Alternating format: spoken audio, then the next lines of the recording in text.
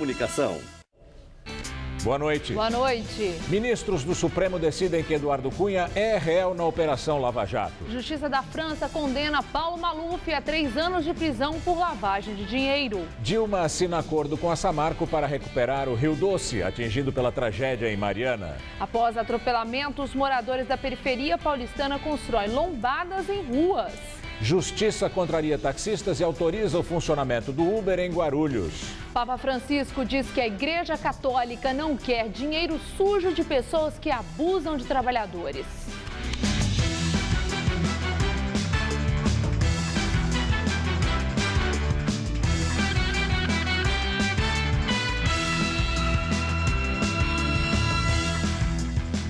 Um susto na zona leste de São Paulo. Um deslizamento de terra derrubou o muro de um condomínio e destruiu motos. Ninguém ficou ferido, mas a Defesa Civil interditou a área, pois há risco de novos acidentes. A terra que caiu deste barranco empurrou as 2 carretas que estavam estacionadas perto do muro. Imagens das câmeras de segurança do prédio mostram o momento exato do desmoronamento.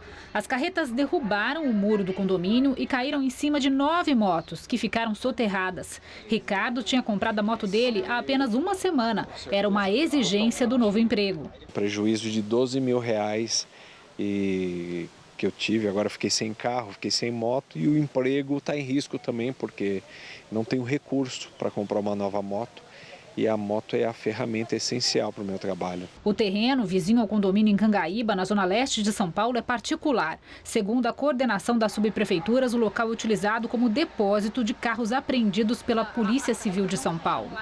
Agora os funcionários do terreno instalam um plástico preto para evitar infiltrações. Mas como o tempo segue muito instável, a Defesa Civil diz que há risco de novos deslizamentos e por isso decidiu interditar parte do condomínio, onde fica a área de lazer, o parquinho, a piscina, a quadra e a churrasqueira. O síndico conta que o problema com o terreno já é antigo. Alguns anos já foi notificado o proprietário desse terreno sobre esse assunto aí de rachaduras, mas só plantaram uma grama na época e até agora não tinha acontecido mais nada grave, né? A primeira vez foi agora e desceu esse barranco todo aí. Hoje à tarde, o proprietário apareceu no condomínio e disse que comprou o terreno em 2013, sem saber que havia notificações da Defesa Civil para o local. Ele prometeu indenizar os moradores. Estamos querendo tirar isso aqui para colocar, ver o que precisa ser arrumado, vamos arrumar o muro, vamos arrumar o terreno. Justiça da França condena o deputado federal Paulo Maluf, do Partido Progressista, a 3 anos de prisão por corrupção e lavagem de dinheiro. A sentença afirma que os valores foram desviados quando Maluf era prefeito de São Paulo e cita as obras da Avenida Água Espraiada, atual Roberto Marinho, e do túnel Ayrton Senna. A condenação na França se baseou em provas fornecidas pelo Ministério Público Federal e pelo Ministério Público Estadual de São Paulo. Junto com Maluf, foram condenados o filho, Flávio Maluf, e a mulher, Silvia Maluf. A justiça francesa também confiscou 1.800.000 euros em contas em nome da família Maluf. Além disso, os 3 devem pagar multas que somam 500.000 euros.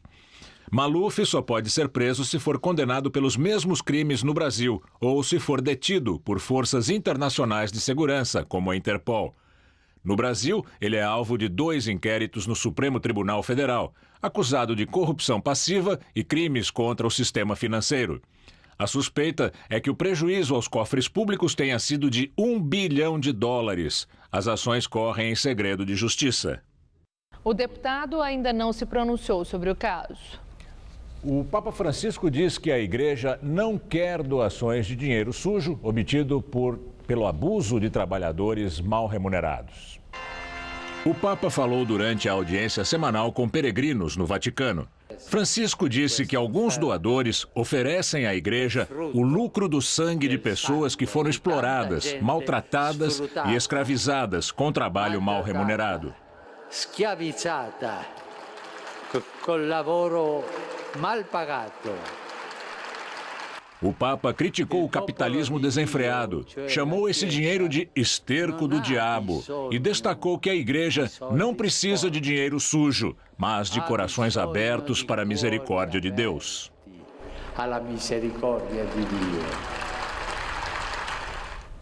O republicano Donald Trump e a democrata Hillary Clinton vencem as primárias em 7 estados e ganham terreno para indicação a candidatos presidenciais. Os principais adversários republicanos prometem continuar na disputa. A superterça fortaleceu Hillary Clinton. Ela recebeu o apoio dos eleitores de 6 estados do sul, além de Massachusetts, onde era esperada a vitória de Bernie Sanders, que só conseguiu vencer em 4 estados, incluindo Vermont, o reduto político dele. O magnata republicano Donald Trump ganhou em 5 estados conservadores do sul e também nos considerados moderados, Massachusetts e Vermont. O senador Ted Cruz venceu em 3 estados, incluindo sua base, o Texas. E Marco Rubio, senador da Flórida, conseguiu a primeira vitória em Minnesota. Mas a disputa pelos delegados que vão escolher os candidatos dos 2 partidos ainda está longe da definição. 35 estados ainda vão realizar primárias. As convenções partidárias acontecem em julho e as presidenciais no dia 8 de novembro. A presidente Dilma Rousseff, a empresa Samarco e os governos de Minas Gerais e Espírito Santo assinaram um acordo para a recuperação do Rio Doce, atingido pela tragédia na barragem de Mariana. O acordo prevê a criação de um fundo de 20 bilhões de reais. Além da presidente, acompanharam a assinatura do acordo os governadores de Minas Gerais, Fernando Pimentel, e do Espírito Santo, Paulo Hartung, além dos presidentes da Samarco, da Vale e da BHP. Pelo texto, o dinheiro será investido nos próximos 15 anos. A previsão é de que até 2018 a Samarco pague 4 bilhões e 400 milhões de reais para compensar os prejuízos do maior desastre ambiental da história do país. A barragem, que ficava próxima a Mariana, se rompeu em novembro do ano passado, deixando 17 mortos, 2 desaparecidos, centenas de desabrigados e um rastro de destruição. A tragédia prejudicou o abastecimento de água em diversos municípios e contaminou o Rio Doce. Em seu discurso, a presidente usou o acordo para cobrar consenso em relação à crise econômica. Esse acordo é uma demonstração de que, quando todos querem, é possível superar crises e vencer grandes desafios. A sociedade brasileira poderá olhar para Mariana, para Minas e para o Espírito Santo e indagar: se eles conseguiram, em 4 meses, construir uma solução consensual, por que não se faz o mesmo com a crise econômica que afeta o país? Preocupados com acidentes e cansados de esperar por uma solução da prefeitura, moradores do Jardim Guarani, na Zona Norte, construíram por conta própria 8 lombadas em 2 ruas do bairro. Impossível passar pelo bairro e não notá-las. As lombadas foram instaladas pelos próprios moradores do Jardim Guarani, na zona norte de São Paulo. Obstáculos que estão fora do padrão de altura e exigem atenção redobrada. Ruim para os motoristas, mas um alívio para quem vive por aqui. A medida foi tomada como forma de protesto, depois que pessoas foram atropeladas, inclusive com o registro de uma morte. A sogra do meu irmão morreu atropelada por uma moto. 8 lombadas como esta foram construídas pelos moradores em 2 ruas aqui do bairro, mas esta prática é considerada ilegal. Para a instalação de ondulações e sonorizadores, é preciso a expressa autorização da autoridade de trânsito responsável pela via, segundo o CONTRAN, Conselho Nacional de Trânsito. Mas, segundo os moradores, várias solicitações foram feitas à CET e sem resposta. Se o poder público não faz, a comunidade está se organizando. Porque não tem jeito, pedido é feito, os caras não atendem. O que não pode, as pessoas continuam morrendo, vidas aí indo embora, por conta do trânsito assassino que tem em São Paulo. As lombadas ficam nas ruas Itambé do Mato Dentro e José da Silva Ramos, uma das mais movimentadas do bairro. E foram feitas de ferro e concreto. Custaram cerca de R$1.000. O valor foi dividido entre alguns moradores, como o comerciante José Raimundo. Tem muitos que não gostou porque a lombada ficou um pouco alta, entendeu? Aí de repente encosta embaixo dos carros, dá uma arranhada nos carros. Mas nós não fizemos no intuito de prejudicar os carros, não. Já deu resultado? Vocês já perceberam nessas semanas aí um resultado? Graças a Deus, por enquanto aqui em cima deu uma melhoradinha. Em nota, a Companhia de Engenharia de Tráfego informou que os obstáculos irregulares serão removidos para a implantação de novas lombadas, que vão seguir os critérios estabelecidos pelo CONTRAN. O projeto deve ser concluído em 20 dias. Do ponto de vista meramente formal, Os moradores estão errados. No entanto, pagar e construir as lombadas foi um jeito de eles se defenderem do descuido do governo municipal. Mas eles não podem, por exemplo, pagar escolas particulares para se defender do descuido estadual, nem fazer plano de previdência privada para se defender do descuido federal. É assim que funciona um país extremamente desigual, em que cada um se defende como pode e alguns podem muito mais do que outros. Foi solto o vice-presidente do Facebook para a América Latina. Ele estava no centro de detenção provisória de Pinheiros. A defesa de Diego Jorge Zodan conseguiu um habeas corpus e o executivo vai responder ao processo em liberdade. O argentino foi detido ontem pela Polícia Federal por ordem da Justiça do Sergipe. A prisão aconteceu porque o aplicativo WhatsApp, que pertence ao Facebook, não forneceu informações de mensagens de usuários solicitadas para uma investigação sobre tráfico de drogas em Sergipe. O WhatsApp informou que respeita a justiça e que cooperou no que pôde nesse caso, mas disse que não armazena as mensagens dos usuários, então não tem as informações pedidas pela justiça. Choveu forte, hoje à tarde aqui em São Paulo e houve alerta de enchentes para as zonas norte, leste, oeste e também nas marginais, Pinheiros e Tietê. Praticamente a cidade toda, Agora vamos ver se essa chuva continua amanhã com Mariana Armentano, que mostra os detalhes da previsão.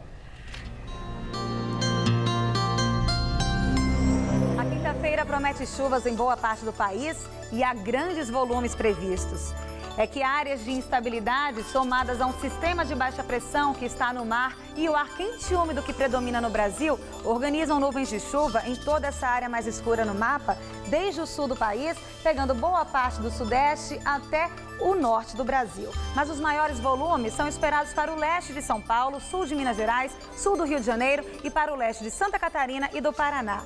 A máxima não passa dos 24 graus em Curitiba, 25 em Porto Alegre, 26 em Florianópolis, mas chega aos 30 graus em Belo Horizonte e aos 31 no Rio de Janeiro. Aqui em São Paulo, o tempo deve ficar mais instável, com chuva a qualquer hora, podendo ser forte em vários momentos, principalmente aqui na faixa leste do estado. No interior, o predomínio ainda é de nuvens, mas pode chover a qualquer hora do dia e o tempo fica bem abafado. Faz até 28 graus em Marília, 32 graus em Votuporanga, faz 32 graus também na cidade de Ribeirão Preto e aqui na região metropolitana as temperaturas devem ficar bem amenas. Vamos ver? Nessa madrugada aqui na capital, os termômetros devem chegar à marca dos 18 graus e durante a tarde a máxima vai aos 26. Na sexta, o sol aparece um pouquinho mais e a máxima sobe para os 27 graus. E no sábado, volta a fazer calor com termômetros na marca dos 29 graus durante o dia. Quarta é um dia tradicional de feira em São Paulo. Hoje, nossa equipe conta histórias de barracas que reúnem famílias inteiras que passam o negócio de geração em geração. Quem canta para chamar o cliente é o Orlando, baiano de 48 anos. Já tem cebola de 3 e bacião, cebola face 3 e bacião. Mas quem manda mesmo é a Dona Maria, de 69, tia do Orlando. A barraca hoje tem variedade, mas há quase 50 anos. Tudo começou com coco, especialidade que a alagoana faz questão de manter na banca, onde trabalha ao lado do sobrinho e do marido Aloísio. Mãe de 6 filhos, a feirante conta que nenhum quis continuar com a tradição iniciada por ela. O mais velho trabalhou poucos tempos, foi trabalhar numa firma, as moças casou, também não gosta da feira. Então cada um tem sua vida diferente, né? Já eu fiquei na feira e 2 netos meus estão na feira até hoje. E é bom trabalhar assim em família mesmo? É bom. Eu gosto, eu sei, a gente se dá muito bem. Ah, é muito bom. Todo mundo unido, né? Não tem briga, não tem... Nunca teve desunião. É, mas trabalhar em família tem lá alguns puxões de orelha. Chega atrasada, a tia puxa a orelha. Puxa a orelha. Tem que chegar cedão. Tem hora que ela dá uma chance, né? Mas tem hora que a gente abusa também, né? Na feira tem também quem está na primeira geração, como o José Carlos, de 42 anos, que largou tudo na Bahia e já soma 24 anos de feira, mais da metade da vida dedicada exclusivamente ao tomate. José veio para a capital paulista trabalhar com um primo e depois de 10 anos resolveu abrir a própria barraca, mas não foi tão fácil como ele esperava. Com a recente alta dos preços, já chegou a vender tomate a R$ 14. Eu acho que o tomate é mais difícil, viu? Porque o tomate, assim, a chuva estraga muito o tomate, né? Ele é muito excessivo, entendeu? Assim, mais uns 20 anos, acho que dá para encarar ainda, né? Dá. Quem está há 49 anos no ramo divide o segredo. Tudo que você for fazer, se você não gostar, você só trabalha mal-humorada. Você termina fazendo coisa errada, né? Às vezes trata o seu freguês mal, ou o seu patrão, ou você, seu funcionário. Então, tudo que você for fazer, se você não fizer com prazer, com carinho e gostar da profissão, nada dá certo. Graças a Deus, eu gosto da feira. O ex-tesoureiro do PT, João Vacari Neto, permaneceu em silêncio durante interrogatório sobre o triplex em Guarujá. O Ministério Público de São Paulo investiga se o apartamento pertence ao ex-presidente Lula. Ele nega. Vacari foi presidente da Bancop entre 2005 e 2010. A cooperativa dos bancários faliu durante a gestão dele e algumas obras foram assumidas pela construtora OAS. O ex-tesoureiro do PT está preso em Curitiba desde abril do ano passado. Na Operação Lava Jato, ele foi condenado por corrupção passiva e também lavagem de dinheiro. O ex-presidente sócio da empreiteira OAS, Léo Pinheiro, decidiu fazer delação premiada na Operação Lava Jato. Pinheiro era um dos empreiteiros mais próximos ao ex-presidente Lula. Outros executivos da empreiteira também devem participar do acordo, que estaria sendo fechado pela Procuradoria-Geral da República. Pinheiro deve falar sobre as reformas no apartamento em Guarujá e em parte das obras no sítio de Atibaia, que envolvem Lula. Pinheiro já foi condenado pelo juiz Sérgio Moro e recorre em liberdade. Se a condenação for confirmada em segunda instância, ele vai ser preso. O Supremo Tribunal Federal decidiu aceitar denúncia contra o presidente da Câmara dos Deputados, Eduardo Cunha, do PMDB. Com isso, ele se torna réu na Operação Lava Jato. A votação será encerrada amanhã, mas o resultado já está garantido pela maioria dos 6 votos obtidos hoje de um total de 11. Os ministros aceitaram a denúncia do Procurador-Geral da República, Rodrigo Janot, que acusa Cunha de corrupção passiva e lavagem de dinheiro. Segundo Janot, o deputado recebeu entre 2006 e 2012 ao menos 5 milhões de dólares em propina para viabilizar a compra de 2 navios sonda pela Petrobras. No início da sessão, Janot disse que a denúncia está baseada em provas e não somente em delações premiadas. Quero reafirmar que essa denúncia não se assenta exclusivamente nos depoimentos das colaborações premiadas que foram realizadas, mas em farta prova que delas resultou.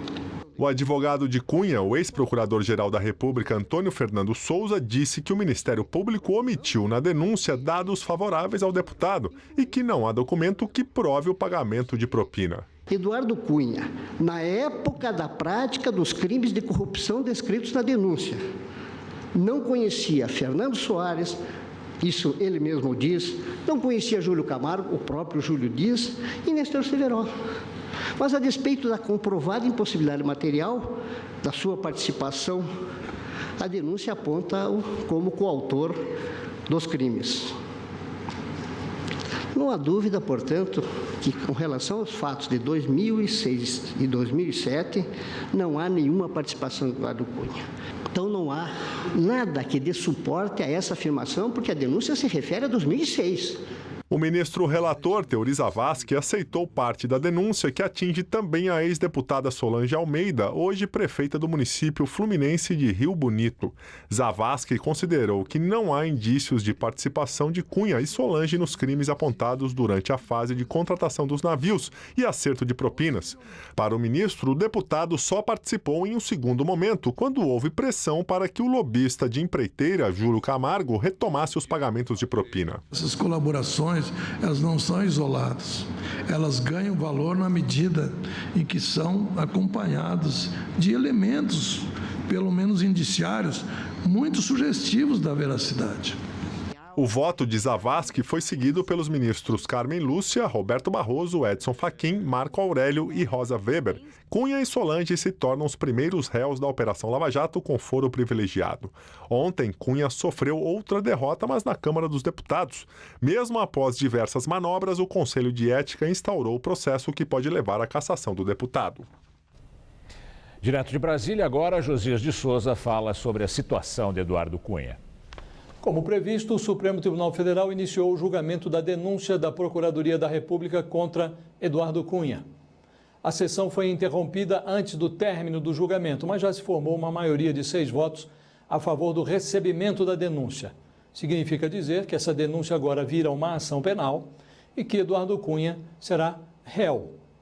O próprio deputado já esperava por esse desfecho. Também Dilma Rousseff e seus operadores políticos achavam que Eduardo Cunha viraria réu no Supremo Tribunal Federal.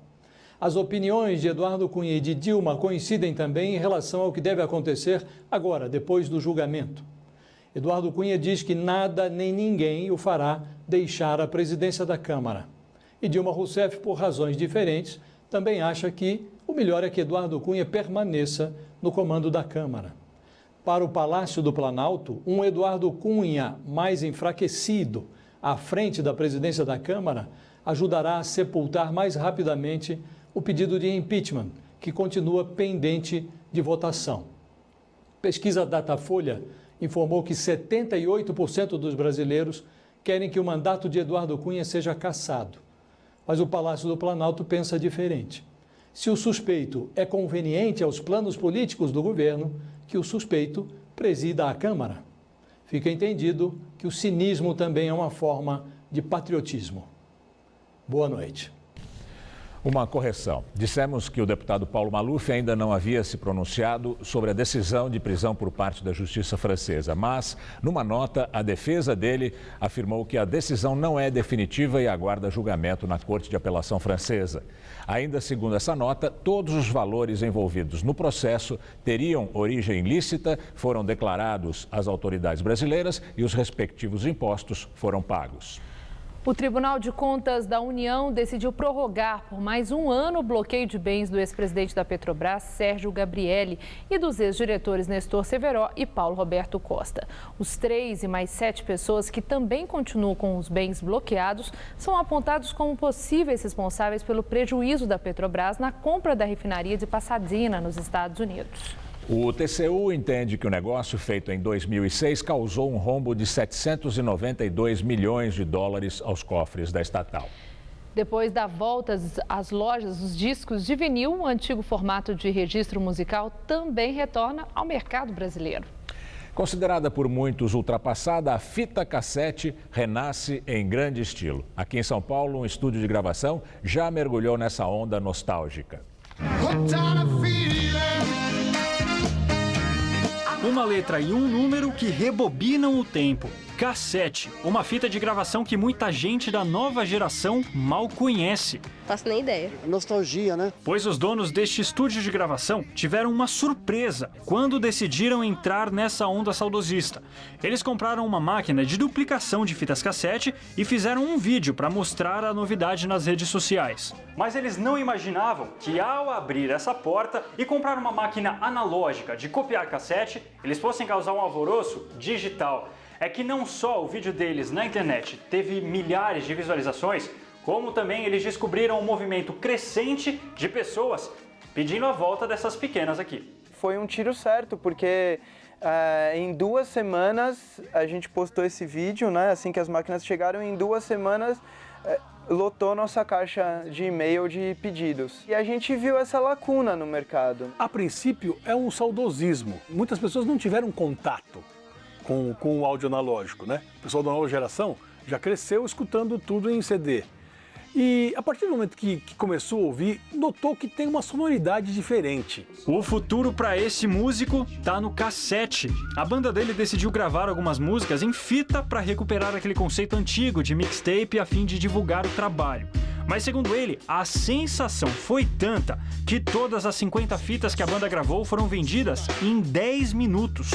Por isso que os próximos projetos saem também nesse formato. Existem as pessoas que vivenciaram a cassete nos anos 90, que foi muito presente na vida de todo jovem, né? De gravar a música do rádio, de copiar uma para outra, de dar de presente, né?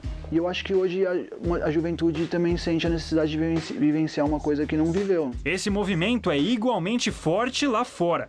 Em Hollywood, por exemplo, o sucesso Guardiões da Galáxia trouxe o antigo Walkman de volta. E a produtora do filme lançou a trilha sonora em cassete. Take those headphones off right now! Já a banda Metallica vendeu um lote inteiro de fitas no ano passado da reedição de um álbum de 1982.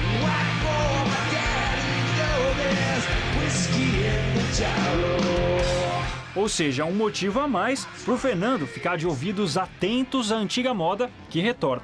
Para muitas pessoas é mais agradável ouvir o som analógico. É um artefato bonito, né?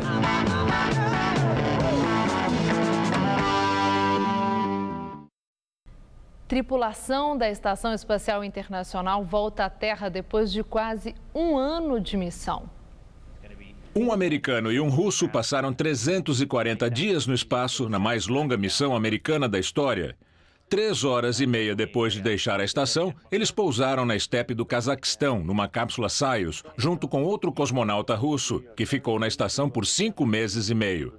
O americano Scott Kelly e o russo Mikhail Kornienko foram submetidos a dezenas de experimentos médicos e estudos científicos para tentar saber mais sobre como o corpo humano se adapta à ausência de gravidade. O objetivo do estudo é preparar as viagens para Marte. A Justiça liberou o Uber em Guarulhos, mas insatisfeito, o Sindicato dos Taxistas da cidade diz que vai recorrer.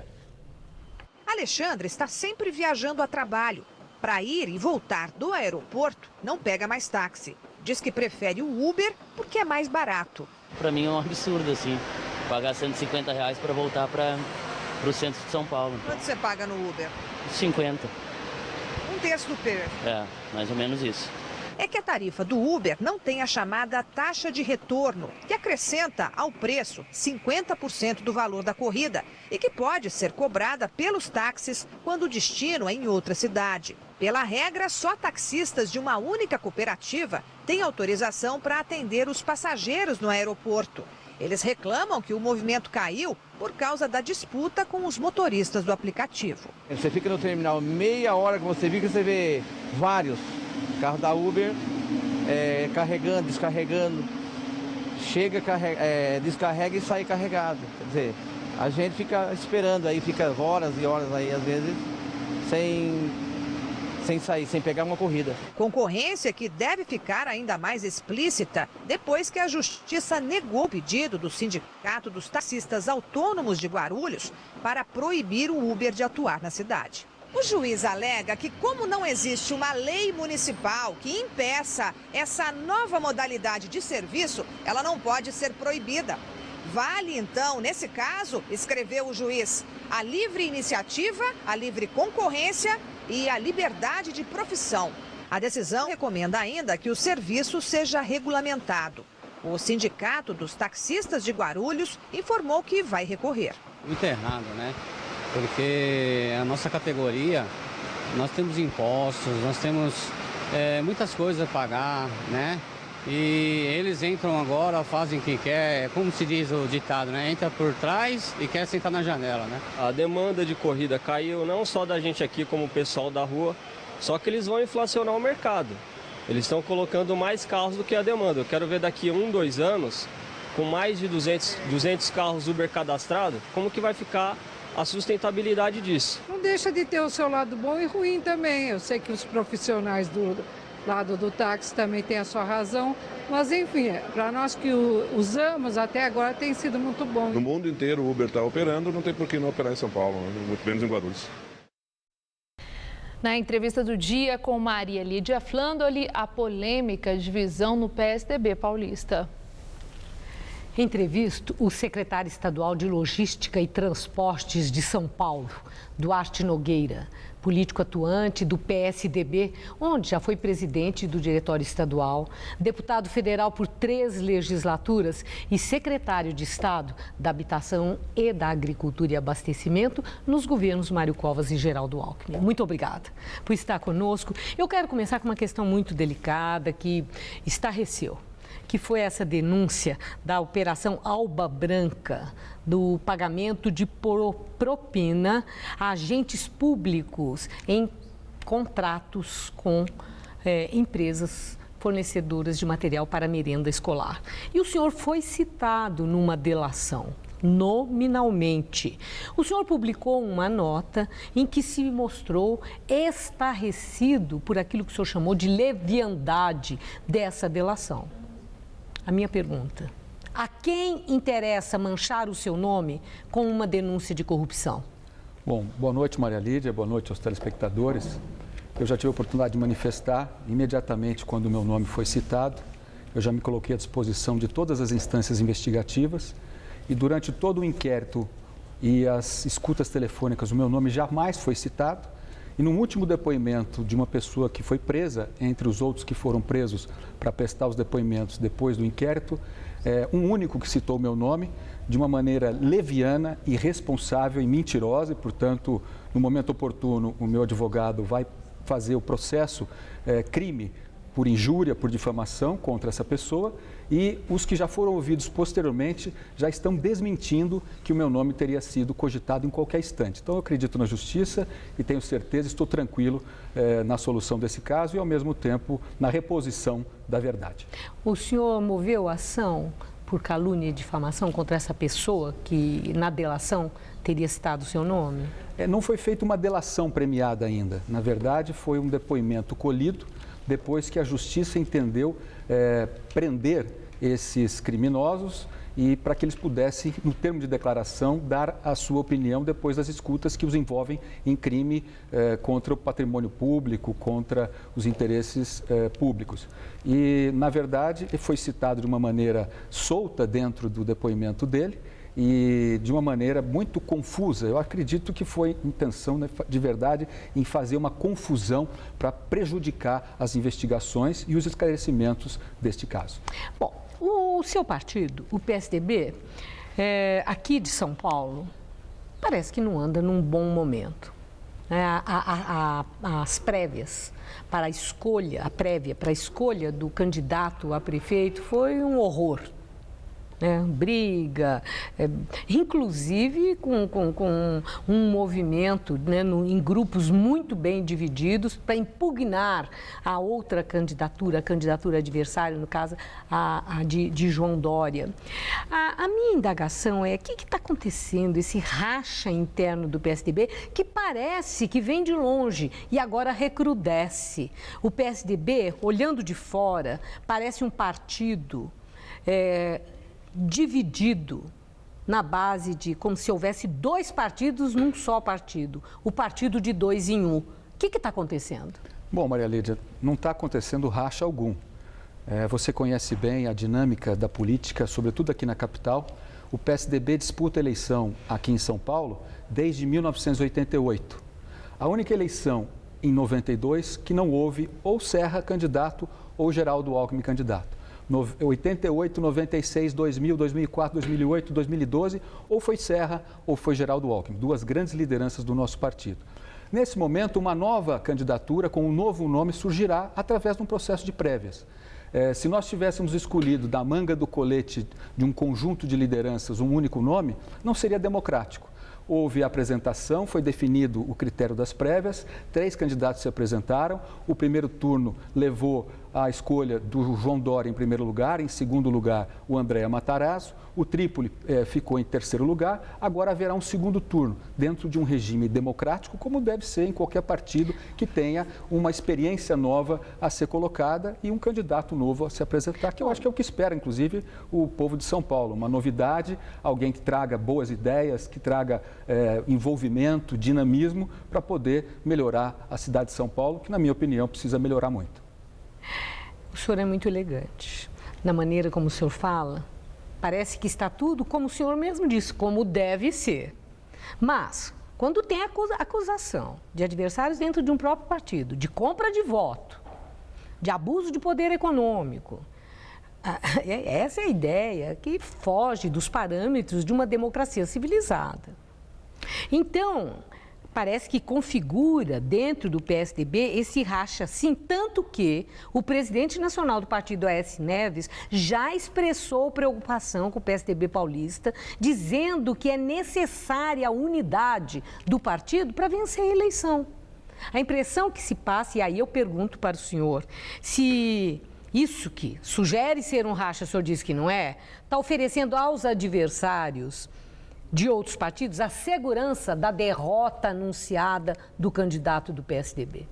Eu acredito que o candidato do PSDB irá para o segundo turno haverá uma força de unidade, de convergência em torno do nosso candidato. Eu fui presidente do partido há pouco tempo atrás, presidi o processo de 2014, onde o PSDB fez um resultado excelente aqui em São Paulo. Elegeu o governador no primeiro turno, o governador Geraldo Alckmin, fez o senador José Serra, nosso ex-governador, elegeu a maior bancada de deputados federais, a maior bancada de deputados estaduais e deu ao Aécio Neves 4 milhões de votos de vantagem no primeiro turno, frente à candidata Dilma, e deu 6 milhões e mais de 800 mil votos no segundo turno, porque houve uma unidade que vai acontecer novamente. O senhor acredita nisso? Eu acredito. O partido, a hora que você escolher a vontade do conjunto da nossa militância, dos nossos filiados, dentro de um processo participativo, o partido está ativo, os nossos jornais todos estão se envolvendo, estão participando e ouvindo os candidatos, ouvindo a sociedade opinando. É isso que vai dar musculatura e, ao mesmo tempo, qualidade para as nossas ideias, para que o nosso candidato, escolhido no momento oportuno,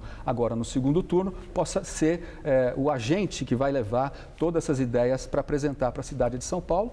E o povo vai julgar na forma que deve ser a democracia, através do voto.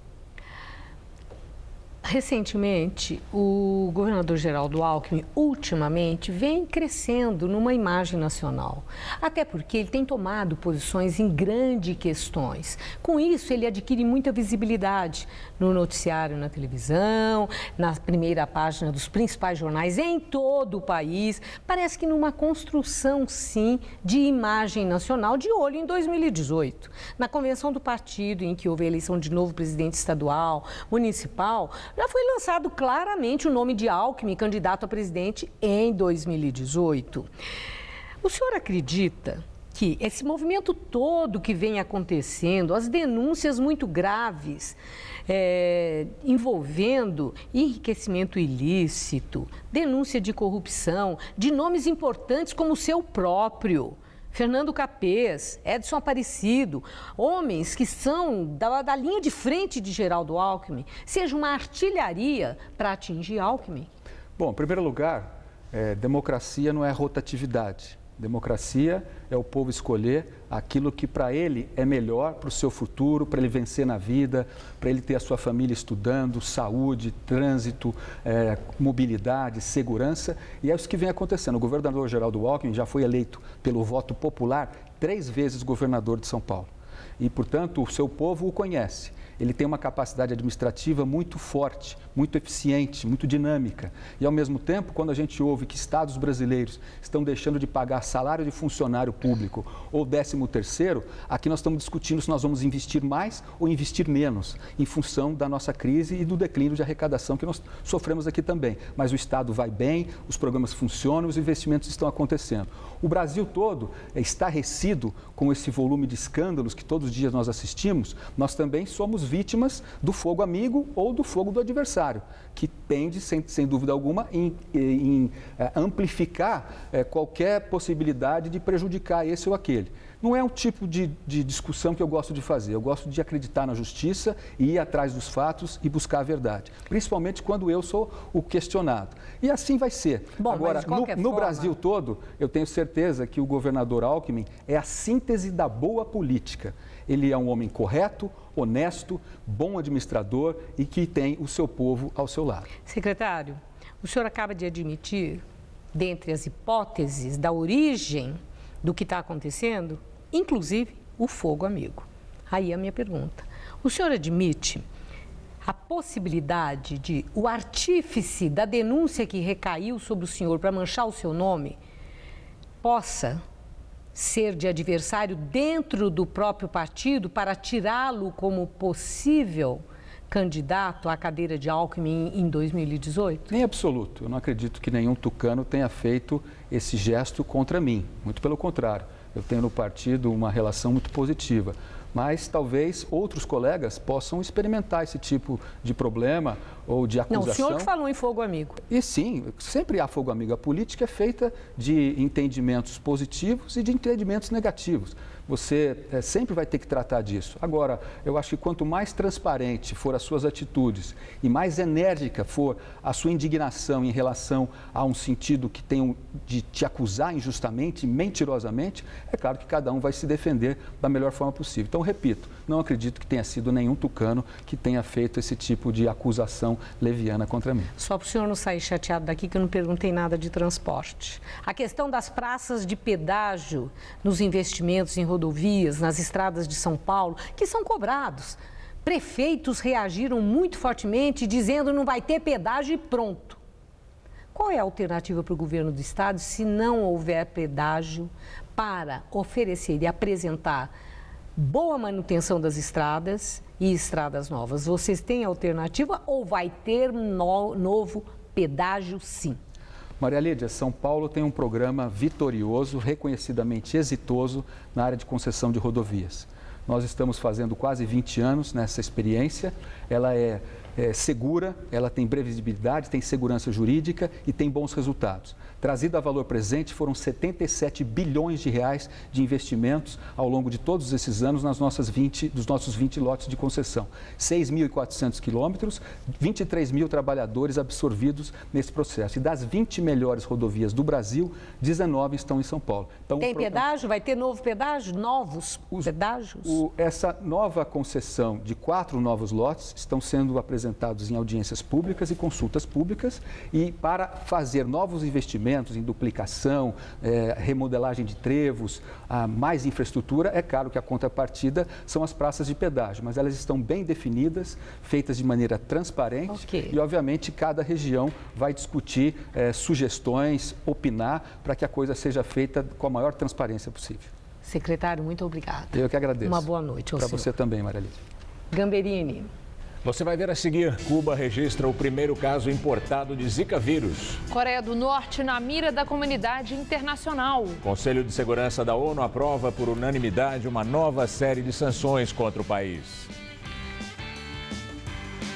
Vale tudo, Veste Casa. Mantas a partir de R$ 16,99. É isso mesmo, R$ 16,99 cada. Almofada Zap Zap por apenas R$ 15,99. Maior sucesso na Veste Casa. Só R$ 15,99 cada. Só amanhã na Veste Casa. Qual Casper você é? Eu sou jornalismo. Eu sou relações públicas. Eu sou publicidade e propaganda. Eu sou rádio, TV e internet. A minha Casper é comunicação. Aqui tem teoria, prática, oportunidade de estágio e a melhor localização. Essa é a minha Casper.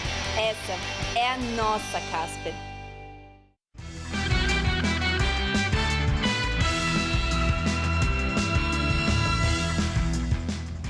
O Conselho de Segurança da ONU aprovou por unanimidade uma nova série de sanções contra a Coreia do Norte. São as medidas mais duras contra o regime de Pyongyang em 20 anos. As sanções foram adotadas por causa dos testes nucleares e balísticos realizados pela Coreia do Norte em janeiro. A resolução foi apresentada pelos Estados Unidos e adotada por todos os 15 países do Conselho de Segurança, inclusive a China, o único aliado de Pyongyang. Pela primeira vez, os países membros da ONU devem inspecionar todas as mercadorias com destino ou origem na Coreia do Norte. A resolução também impõe novas sanções financeiras contra bancos e indivíduos e impede a escala em qualquer porto de navios que podem transportar bens proibidos. E ainda aplica mais restrições às exportações norte-coreanas para limitar a capacidade do regime de financiar seus programas militares. Cuba registra o primeiro caso importado de Zika vírus e reforça o controle de saúde nos aeroportos.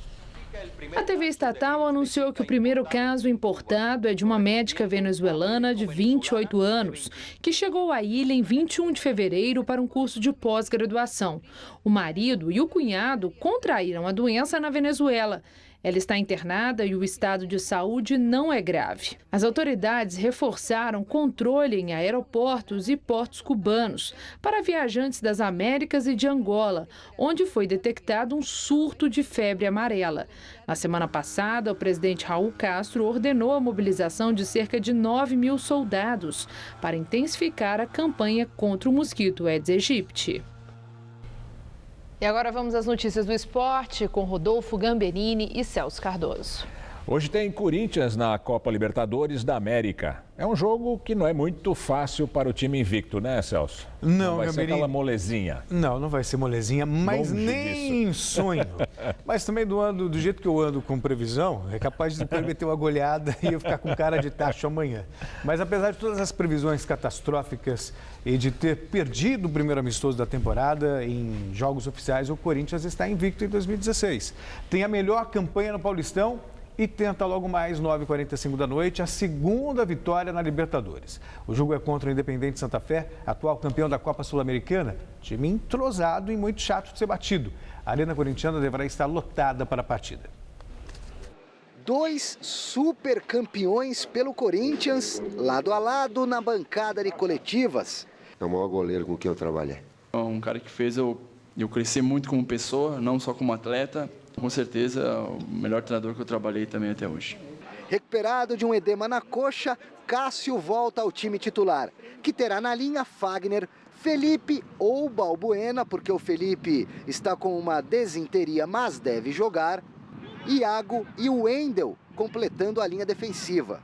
No meio de campo, Bruno Henrique, Giovanni Augusto, Rodriguinho, Guilherme e Luca, com André de centroavante, para o jogo desta noite no Itaquerão, lotado pela Libertadores, contra o Santa Fé da Colômbia, o atual campeão da Copa Sul-Americana. É uma equipe que ela tem 4 anos assim, ela não abre mão, e grandes equipes não abrem mão de jogar. Não abrem mão de triangulação. A escola colombiana ela é assim. Ela é de triangulação curta, ela é de procuração jogando, ela é de qualidade. Tite pede mais capricho nas finalizações, controle emocional e calma para fazer o gol, que se vier só no finalzinho da partida, como anda rolando a favor do Timão, não será problema algum. Muito pelo contrário. O que é melhor? A gente fazer um gol no início e sair na frente depois do adversário, ter tempo de reagir, ou a gente fazer um gol no final e dizer assim, agora o cara morreu, o time adversário morreu.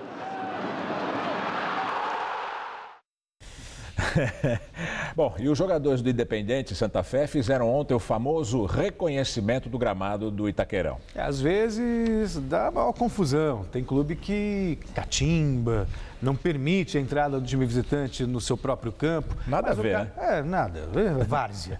Mas no caso do Corinthians não houve problemas, não. Tudo ocorreu normalmente, o Independente Santa Fé, que apesar de ter um bom time, tem vacilado no Campeonato Colombiano. O Independente Santa Fé reconheceu o palco da partida de logo mais contra o Corinthians pela Copa Libertadores da América. Vem de vitória no Campeonato Colombiano, mas não está tão bem assim.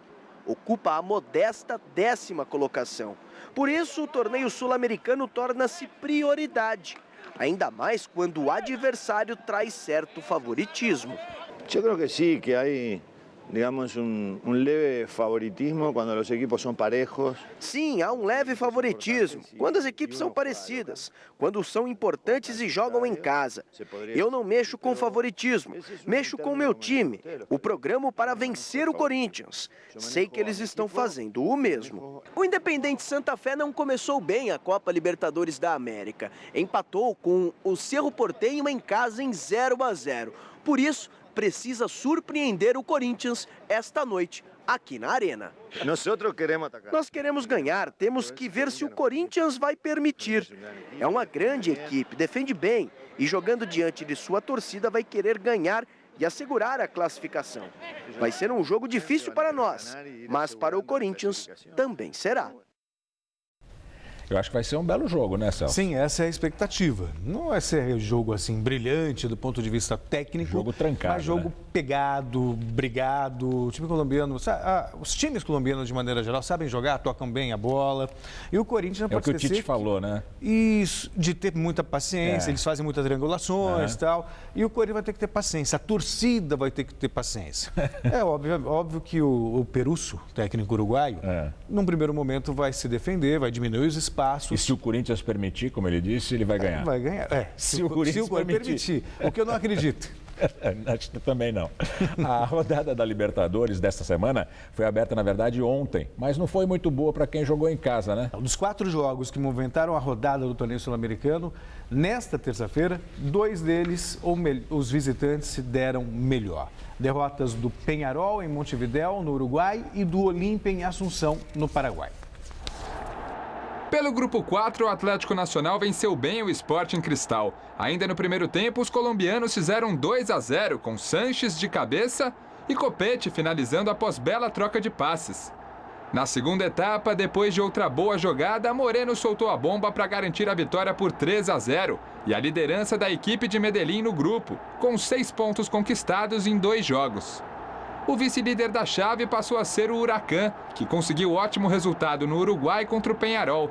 Gamarra, com essa belíssima finalização, fez o gol do jogo e garantiu os primeiros 3 pontos da equipe argentina na competição. No grupo 5, liderado pelo Atlético Mineiro, o Independiente del Valle venceu o Melgar por 1-0, com gol de Júnior Sornosa. Com 4 pontos na competição, os equatorianos ainda aparecem atrás do segundo colocado Colo-Colo, também com 4, e do Galo, que já soma 6. Já o Melgar ainda não pontuou na Libertadores. No grupo 7, o líder isolado é o Pumas, que venceu o Olímpia no Paraguai por 2-0. Quiñones após lambança da defesa e Sosa tocando com categoria na saída do goleiro, marcaram os gols da vitória dos mexicanos, que já somam 6 pontos em 2 partidas disputadas. E no nosso Campeonato Paulista, o São Paulo ganhou do Mojimirim. Tá fácil não pro meu time de coração, viu, Mojimirim? O São Paulo fez 2-0 e ganhou o jogo com facilidade. Veja os gols. Jogando no estádio do Pacaembu, o São Paulo fez 1-0 aos 35 minutos do primeiro tempo com o Rogério. Na segunda etapa, aos 44 minutos, Paulo Henrique Ganso definiu. Final, São Paulo 2, Mojimirim 0. Bom, o São Paulo vence quando não tem ninguém no estádio. Pois é, 3 mil pessoas. 3 mil? 3 mil. Alegação de que o ingresso está caro, campanha do time também não é das melhores. E aí, quem foi? Os 3 mil que foram, na verdade, era o São Paulo melhorzinho. Tem time na segunda divisão que tem mais média que o São Paulo, sim, né? Sem dúvida alguma. O São Paulo está padecendo de um time Tá descendo melhor. ou padecendo? Padecendo. Padecendo. Tá bom. Mas ganhou uma moralzinha aí com a vitória de ontem. Então tá bom. Obrigado, Celso. Boa noite. Até amanhã. Estela. No bairro do Sumaré, na zona oeste aqui da capital, uma escadaria que antes era degradada se transformou em um ponto de atividade física. Quem conta essa história é a Bike Repórter Renata Falzoni. 153 degraus e foco no exercício físico. A presença de corredores e praticantes de diversas modalidades já é uma rotina na escadaria da Sumaré, zona oeste da capital paulista. Eu comecei a frequentar essa escada há cerca de mais ou menos 9 a 10 anos atrás e praticamente era eu e mais 1 ou 2 pessoas, né? E hoje é interessante que se transformou num point em que a turma vem fazer exercício subindo e descendo essa escada. A escada a gente já sabe que prepara muito tônus do músculo, perna, membros inferiores, tanto para um cara de alto rendimento, que sou eu como atleta, como para alguém que quer fazer uma vez, fazer 2 vezes. A subida te ajuda com o abdominal, por causa do equilíbrio, destreza, é um treino completo. Vou falar que a escada é para quem quer chegar mais longe. De molezinha não tem nada, é punk essa escadaria. A galera faz em média 10 subidas aí, 10 descidas. O que mais pega mesmo é cardiovascular e a resistência. As pernas estão aqui fadigadas já, cara. Mexe na panturrilha, glúteo. É bem mais gostoso e fazer ao ar livre. Acho que dá mais pique do que em lugares fechados. A ocupação do espaço público tem outro efeito colateral.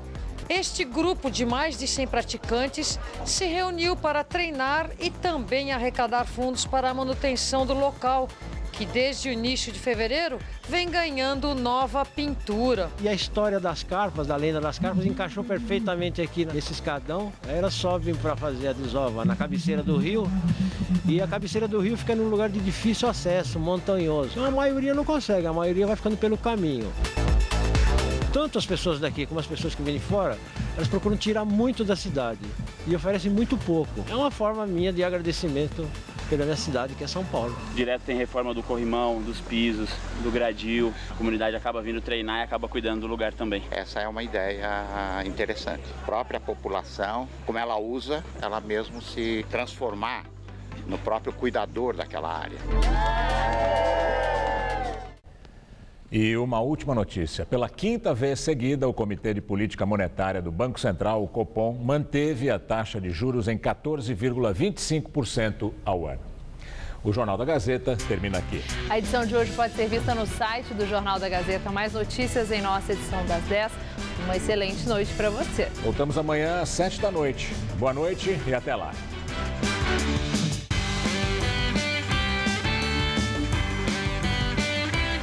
Zé Armando Vanucci te deixa por dentro dos bastidores da TV no Todo Seu. Hoje, 10h30 da noite.